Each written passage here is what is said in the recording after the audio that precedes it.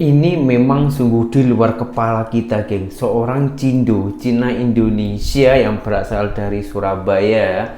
Ini mungkin jirannya Kokori. Dia orang itu berawal niat untuk berobat ke Penang, Malaysia. Akan tetapi sesampai di sana itu lain, geng. Lain daripada yang lain. Ini memang membuat pening kepala.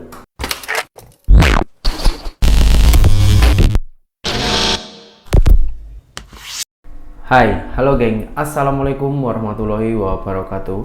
Berjumpa kembali dengan saya Zainal Story. Sebelum video ini saya mulai, gimana kabarnya kalian semua? Semoga semua yang menonton video ini baik-baik saja, dimurahkan rezekinya, selalu berpikiran yang positif dan dijauhkan dari mara bahaya oleh Tuhan yang Maha Esa. Ini jirannya Kokori kayaknya, geng. Ini ada salah satu seorang Cina Indonesia. Kenapa saya sebut jiran Kokori? Sebab ini nampaknya dari Surabaya dan boleh berbahasa Jawa. Nah, ini pertama kali dia orang itu pergi ataupun berobat ke Malaysia.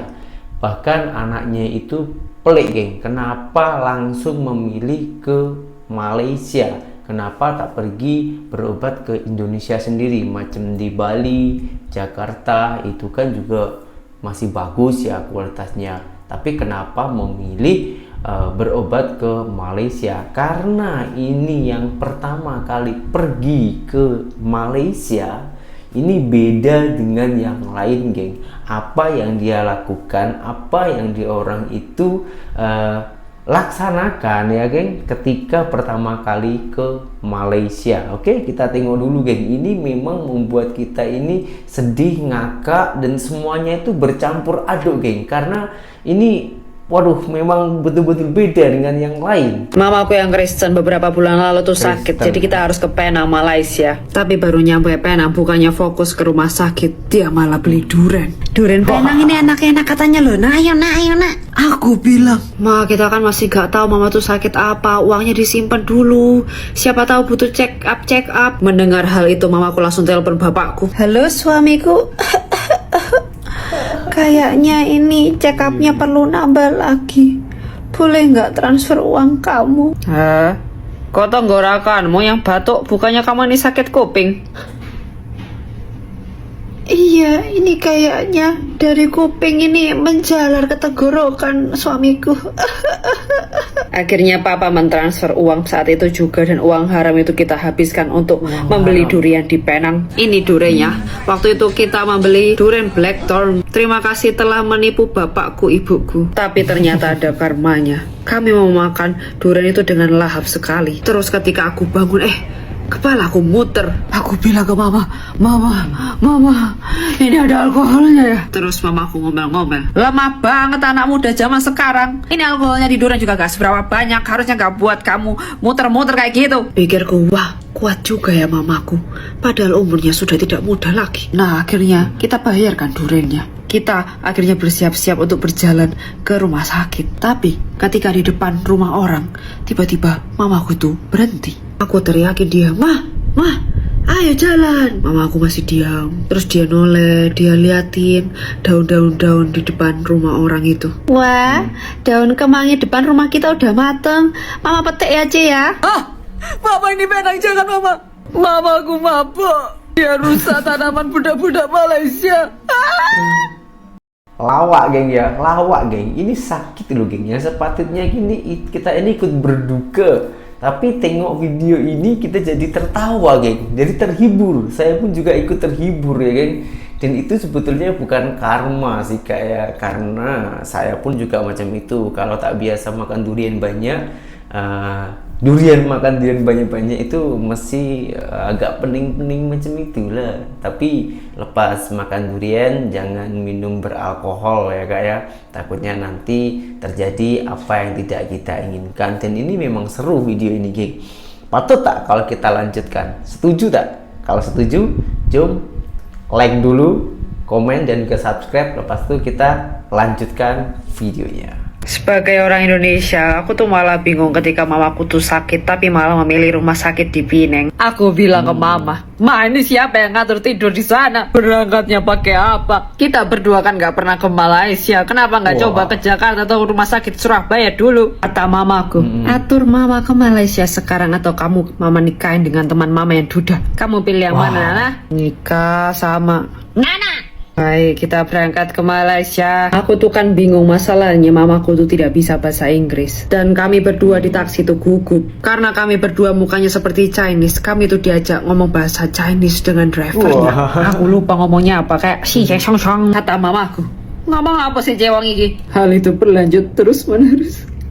Aku stres sekali karena tidak dianggap seperti warga Indonesia. Mukaku aja yang Chinese. Akhirnya kami berdua sampai ke rumah sakit di sana. Akhirnya kami tuh disuruh masuk ke ruang tunggu karena kan banyak ya antriannya. Mas masuk ke ruang tunggunya, tak, banyak orang Chinese. Aku udah muntap dengan rasku sendiri. Aku gak bisa ngomong Cina. Aku produk sukses Pak Soeharto. Indon 50 juta. Akhirnya dengan lemas aku duduk. Mamaku duduk. Aku bilang ke mamaku, besok mayo gak apa-apa iki Cino-Cino kabeh kayak isa bahasa Inggris harusnya orang rumah sakit. Kami kan duduk di tengah. Ada orang Chinese yang tiba-tiba melihat kami berdua. Orangan di bu. Aku syok. Lalu ada ibu dan anak. Ibunya naik kursi roda. Dia bilang seperti ini. Bah, cak mana kau ini? Lalu dari pojok ada anak cewek Chinese bilang gini, Mami, ayo pusing banget ini antriannya panjang banget, Mami. Hah? 80% yang di sana Cinanya, Cina Indonesia. Baru ketebak mereka dari Indonesia pas buka mulut. Cina Medan, Cina Surabaya, Cina Jakarta ada semua di sana. Sehat-sehat ya Cina Indonesia. Kalian kok kalau sakit berobatnya ke Pineng semua? Itulah yang bedanya Indonesia dan juga Malaysia ya. Saya tak menyalahkan salah satu negara. Kalau Indonesia ini kental ataupun sudah diterapkan yaitu Bhinneka Tunggal Ika, yang bermaksud semua bangsa yang masuk ke negara Indonesia itu wajib memakai bahasa Indonesia. Karena bahasa Indonesia, bahasa nasionalnya di Indonesia itu ya bahasa Indonesia. Jadi sampai-sampai banyak orang, bukan hanya orang Cina saja, orang India pun lupa dengan bahasa dari bangsanya sendiri. Kalau di Malaysia itu tetap memakai bahasa adatnya nih. Tetap diperbolehkan, bahkan ada sekolah di sana itu khusus sekolah Cina ada, khusus sekolah India ada, Melayu ada, jadi bermacam-macam. Tapi memang bahasa nasionalnya di Malaysia itu bahasa Melayu. Rata-rata orang sana itu mesti boleh memakai bahasa asalnya, misal pun Chinese ya memakai bahasa Mandarin boleh, memakai bahasa Melayu juga boleh, dan yang ketiga itu bahasa Inggris. Jadi di Malaysia itu bahasa Inggris itu menjadi bahasa ketiga. Nah, kalau di Indonesia kan bahasa kedua, yang pertama itu bahasa Indonesia dan yang kedua itu bahasa Inggris, macam itu. Nah, kalau soal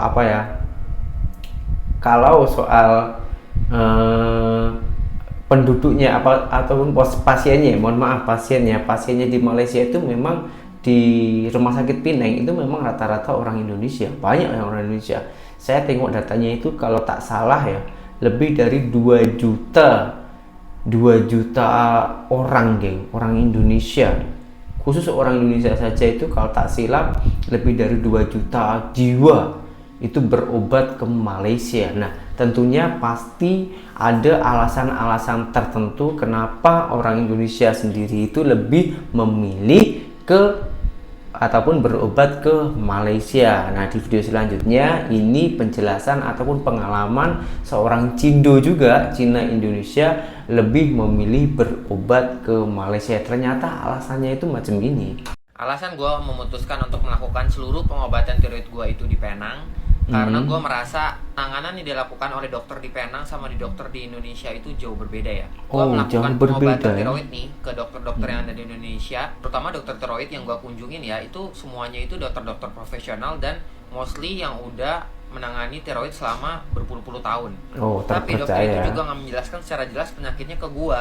Dan ini terjadi bukan di dokter Patu doang ya, Tapi ini tuh terjadi di beberapa dokter yang udah gue temui di Indonesia. Di Terus dokter Indonesia, Indonesia oh. itu cenderung untuk menganggap atau menangani kasus dari pasiennya itu dengan lebih santai ya. Karena kayak contohnya di gua, karena nodul tiroid gua itu terlihat kecil selama beberapa tahun, jadi tuh mereka nggak pernah nyuruh gua untuk USG, dan mereka itu ketika gua melakukan pertemuan dengan dokternya hanya meraba-raba leher gua aja, dan selama leher gua itu Menyepelekan ya? dirasa aman dan nggak membesar, jadi dianggap nggak perlu melakukan USG. Padahal ketika gua melakukan pemeriksaan tiroid gua di Penang, itu dokter harus langsung mengharuskan gua untuk USG, dan pas di USG itu langsung kelihatan kalau ternyata walaupun nodul tiroid gue itu kecil, tapi berpotensi menjadi ganas. Lalu dari hasil USG gue, dokter di Penang itu tanpa basa-basi langsung menyuruh gue untuk melakukan biopsi.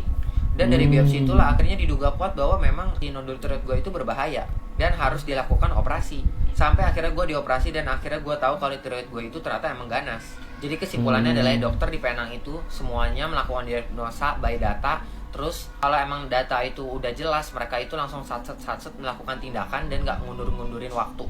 Sementara kalau dokter di Indonesia itu melakukan diagnosa itu awalnya menduga-duga dulu tanpa berdasarkan data, yang akhirnya bisa membuat kesalahan diagnosa dan juga membuat keraguan ke pasiennya, yang akhirnya pasiennya itu jadi berobat ke dokter A, B, C dan melakukan berbagai uji yang harusnya mungkin nggak dilakukan, yang membuat biaya berobat di Indonesia dan berobat biaya di Penang itu akhirnya malah sama aja atau bahkan bisa lebih murah. Jadi kalau kalian punya dana lebih atau kalian itu menggunakan asuransi swasta dan kalian udah melakukan pengobatan di Indonesia terus merasa belum puas, mau mencari second opinion ke dokter lain, mending langsung aja sih berobat ke Penang. Kalau kalian malah mempromosikan ya di Penang, kalian bisa langsung aja googling berobat ke Penang, dan itu ada beberapa website yang menjadi biro dan bisa bantu kalian untuk booking dokter, gimana cara ketemu dokter, terus dijemput dari bandara, itu semuanya ada dan gratis. Gratis, geng, gratis, gila ya. Malaysia ini memang sudah gila ya. Tapi gini, mohon maaf Bang ya, tak semuanya, memang tak semuanya, tak semuanya dokter-dokter di Indonesia itu berbuat hal macam itu. Tapi ada beberapa orang yang mengalami seperti yang Abang ceritakan itu.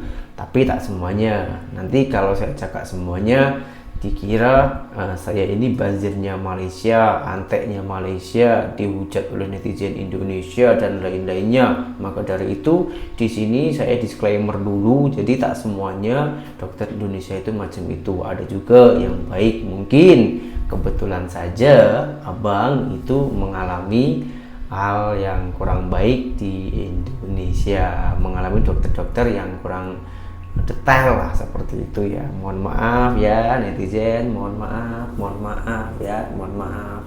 Tapi memang macam itu faktanya. Kita mau buat hal apa lagi, kalau kita nak teringin lebih bagus lagi ya harus dirubah sistem-sistemnya, tanggung jawabnya. Karena dokter itu sebelum menjadi gelar dokter itu harus mempunyai tanggung jawab dan juga sumpah harus mengutamakan pasiennya terlebih dahulu. Yang terbaik itu sumpahnya dokter, dimana-manapun dokter. Kalau soal biaya, ya ini ada lagi geng, ada lagi satu wanita Indonesia yang berobat ke Malaysia. Dia sangka berobat di Malaysia itu mahal, dan setelah tengok di media sosial itu ternyata tak seberapa mahal. Dan yang membuat pelik lagi, ternyata dokter-dokter di Malaysia itu sangatlah jujur meskipun itu warga asing. Dan wanita ini selain menceritakan itu juga menceritakan atau menunjukkan kualitas-kualitas dan juga fasilitas ketika berobat ke Penang, Malaysia. Ini klinik-klinik dokter semua itu banyak banget, dari ujung sana sampai ke ujung sana. Semua dokter apa saja di sini ada. Terus kalau dokter bedah aku, kliniknya di sana, dokter Kilu Bakaran. Kalau dokter Amir di lantai 4, dokter onkologi. Jadi ada 2 dokter yang menangani aku, dokter payudara, dokter bukan, sebelah sana nggak, ke sana. Sama dokter onkologi. Menyusuri lorong-lorong rumah sakit sudah sepi. Ini pukul 6.30, 6.40 ya. Kita bayarnya di sini kalau sudah lepas dari pukul 6. Karena yang kasir dekat dari tempat aku kemo itu sudah tutup lepas pukul 6 ya. Di sini kita bayarnya. Baru saja kasih resepnya, kita tunggu. Ada obat kayaknya juga. Tapi obatnya nggak sebanyak yang kemo 1, 2, 3, 4. Yang sampai setengah jam sebelum makan, 1 jam sebelum makan. Terus sekali sehari setelah makan dan sebagainya. Itu enggak lagi, sudah. Aku kadang bingung dulu. Berapa, Mel? 3.000, 60.000. Oh, oke. Kenapa ya murah cuma 3.000? Seharusnya 7.000 something. Makanya aku bingung kan. Imuno kan? Herceptin, Hersumat, Trastuzumab. Hari ini ada? Ada? Ada tadi. Ada 2 sama kemo. Herceptin, Trastuzumab. Oh, oke. Oke, you cek lagi. Aku tak mau. Aku tuh tipenya nggak mau guys, walaupun dikasih murah, tapi kalau seharusnya aku bayarnya lebih, nggak boleh seperti itu ya. Hari ini saya ada guna Trastuzumab, Herceptin, Ulang lagi. sama kemo 2 kali. You cek lagi. Orang cashiernya double confirm, double check ke atas. Sebenarnya tadi ada, kayaknya aku baca Herceptin, Trastuzumab itu yang mahal itu. Aku bilang ini terapi target atau imuno. Tapi kenapa yang dicasnya cuma kemo? Selalunya orang kalau dikasih murah gitu kan seneng ya, nggak usah bilang apa-apa, yaudah terus dibayar gitu ya. Tapi bukan nggak mau seperti itu guys, karena pelayanan di rumah sakit ini sudah bagi aku terbaik, sudah bagus. Kita nggak boleh macam kayak ya mencari kesempatan di dalam kebaikan-kebaikan mereka ya, nggak boleh. Jadi mereka double confirm, double check lagi tadi ke atas, ternyata obat aku yang dulu masih, jadi dipakai untuk saat ini, makanya nggak ada charges untuk imuno, Herceptin, Trastuzumabnya. Jadi hanya disuruh untuk bayar obat kemoterapi saja. Kan nggak enak juga kalau nggak bayar kan, jadi macam beban bagi diri aku juga. Ternyata ya itu obat yang kemarin masih, jadi digunakan untuk saat ini gitu. Alhamdulillah hari ini agak sedikit murah, cuma dalam 3.000 yang seharusnya hampir ke 8.000, 9.000. Memang kebanyakan orang Indonesia itu kalau dikasih murah sepatutnya itu senang ya. Nah, tapi kakaknya itu beda, lain. Karena merasa fasilitas dan juga kualitasnya di Malaysia itu bagus, jadi dia orang itu tak kisah lah habis berapa dan awalnya itu dia tengok di Google ya, ditengok di notanya itu di awalnya itu kemo ini dan ini habisnya itu sekitar 8 sampai 7 sampai 9.000 ringgit Malaysia. Tapi ketika dia orang itu membayar ke kasirnya hanya 3.000 ringgit Malaysia, itu hanya sekitaran 10 juta rupiah, geng. Coba bayangkan kalau hal macam ini itu terjadi di Indonesia, apa yang terjadi, geng? Jadi yang pada kita tak payah ngomongin Indonesia lah, nanti netizen marah lagi ya kan. Jadi yang pada intinya di Malaysia itu tak kisahlah warga asing ke warga tempatan ke, semuanya itu disamaratakan. Bukan tak ada maksud kalau ini warga asing, wah ini uang banyak ini, kita peras kau lah, kita harganya kasih naik semua, nanti yang selebihnya masuk kantong sendiri. Tak ada. Di Malaysia itu tak ada macam itu, geng. Kemarin aja ya ada pungli di KL Kuala Lumpur, warga asing yang telah mengambil gambar lalu meminta upah ya, dan upahnya itu melebihi apa yang dia orang itu jasa yang intinya warga asing itu meminta upah ataupun jasa fotografer di Kuala Lumpur, itu pun langsung ditangkap, geng. Kemarin tuh saya pernah reaction ya, dan saya salah berucap tentang hal itu, saya mohon maaf, dan alhamdulillah para netizen Malaysia itu telah mengingatkan kita. Jadi dalam video ini tuh bukan berarti saya itu mempromosikan Hospital Penang Malaysia, bukan, akan tetapi menunjukkan inilah fakta dan kenapa alasannya orang Indonesia itu lebih memilih berobat ke Penang Malaysia. Ternyata bukan hanya kualitas dan juga fasilitas, dari segi harga, kejujurannya pun boleh dipercaya. Ternyata macam itu, geng. Dan video macam-macam ini tuh bukan hanya 1, 2, 3 saja, geng, yang membuat, geng. macam rata-rata setiap orang Indonesia itu pergi ke negara Malaysia untuk berobat, tepatnya di Pinang, itu macam pasti mengalami yang namanya itu culture shock, karena berbeda, sangat berbeda. Meskipun Indonesia itu juga banyak yang bagus-bagus, tapi berbeda dengan Malaysia. Itu saja sih dalam semua video yang kita tayangkan. Adakah orang yang merasa terhibur? Adakah orang yang merasakan mendapatkan informasi ataupun apa yang kurang rasakan? Coba tulis di kolom komentar, dan berjumpa kembali di video saya yang selanjutnya. Apabila ada salah tutur kata saya dalam video ini dan juga sebelumnya, saya mohon maaf yang sebanyak-banyaknya, dan berjumpa kembali di video saya yang selanjutnya. Saya Zainal Story, seorang mantan TKI Malaysia. Salam TKI sukses. Assalamualaikum warahmatullahi wabarakatuh. Bye bye.